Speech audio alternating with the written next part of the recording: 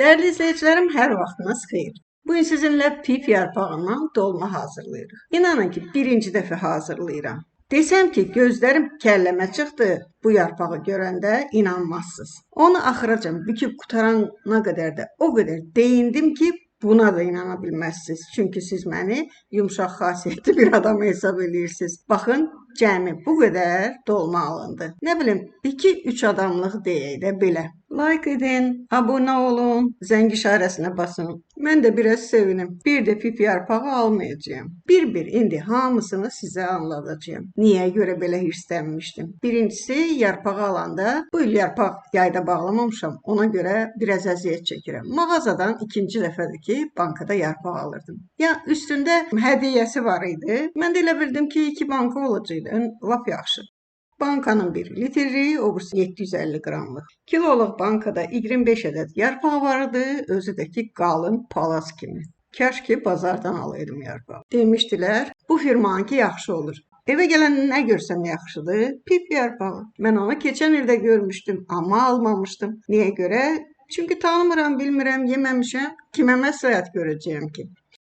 Və gördüyünüz kimi bankanı açandan sonra birazcık yudum, isti suyla duzunu alandan sonra gördüm ki vay bu yarpaqlar çıkılı-çıkılıdırlar və içindən bir babatlarını seçdim, sizə göstərdiklərimi. Gördüm ki bunların zoğu iyiləsi deyil, bişən də deyil, mənə elə gəldi. Qoydum bir qırağa, girdim internete, gördüm bunun uclarını kəsirlər. Demə bu qədər kəsirlər. Mən də kəsdim və başladım bükməyə. Başınızı nə ağrıdım? Vallahi, billah. Bir 10 dənəsini bükəndən sonra əlim alışdı. Tez-tez bükməyə başladım. Amma o vaxta qədər çox əziyyət çəkdim. Çünki həddindən artıq nazikdilər. Videonun altında gördünüz. Daha doğrusu başlanğıcında. Dilim dolaşır, heç başa da sala bilmirəm ki, nə qədər əziyyət çəkirəm bunu bükərkən. Baxın, bu cürə, nə bilim, bıçaqla, qaşıqla, adi dolmanı axı bu qədər əziyyət çəkmirik. Bir ki, hazırdır da, dolma pişirənlər. Deyəcək ki, əşi, gedib alıram hazırını, pişirirəm də. Niyə əlimi bulaşdırım ki? Amma bizim kimi alışıb, həmişə özü xörək pişirənlər bunu rəva bilmir özünə, belə deyil. Nəysə, baxın, bu cürə dolmalarımı bükdüm. Yəni, hamısından bu alındı. Ona görə ətin qədərini də sizə yazmadım nə qədərdir, göyərtisinin də nə qədərdir, soğanın da nə qədərdir, amma soğanını az vurun. Qabımın dibinə ərinmiş yağ qoydum, baxmayaraq ki, quzu ətidir, yağlıdır, içərisində quyruğu var. Hesab elədim, bu yarpağa yağ yaxşı yaraşmalıdır. Və yığıram indi bu cömlələrin içində, yəni gil qabların içərisinə. Fikirləşirəm, harda bişirim? Birdən sobada quruyarlar. Ona görə üstünə su dökəcəyəm. Bir də ki, bunları toyuq bişirdiyimiz o paketlər var, qızartdığımız. Onun içinə yerləşdirəcəyəm. Onda üzləri yanmaz. Çünki üstünə alüminium çəkmək istəmirəm. Sobaya qoyduğumuz kağızın da teflonu var. Onu da çəkmək istəmirəm.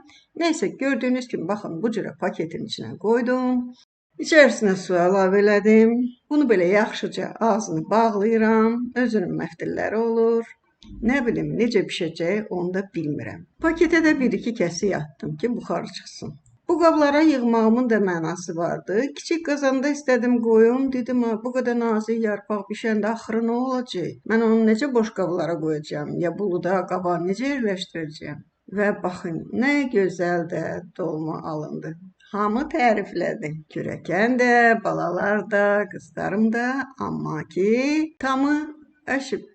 Əziyyət çəkib valla, bunu eləyincə heyva yarpağı var, tut yarpağı var. Nə bilim, canınız istəsən 50 min dənə yarpaq var, ən yaxşısıdır. Ağşanı yarpağı var. Valla, hayf deyil Bakının ağşanısı. Hərçəndi ki, üzümləri o qədər də qalmayıb, amma yarpağı hələ var. Hamınıza can sağlığı arzulayıram. Yazın görün, siz də pişirmisiniz. Pişirmisinizsə əziyyət çəkmisiniz. Çox maraqlıdır mənim. Mənim qədər deyilən olub ya yox. Düşünürəm ki, bu pip yarpağı təzə yarpağı olsaydı, mən bu qədər əziyyət çəkməzdim. Sərgə xanımdan bu illik bu qədər. Sağ olun, sağlıqla qalın. Gələn videolarda görüşmək üzrə. Xudahafiz mənim əzizlərim.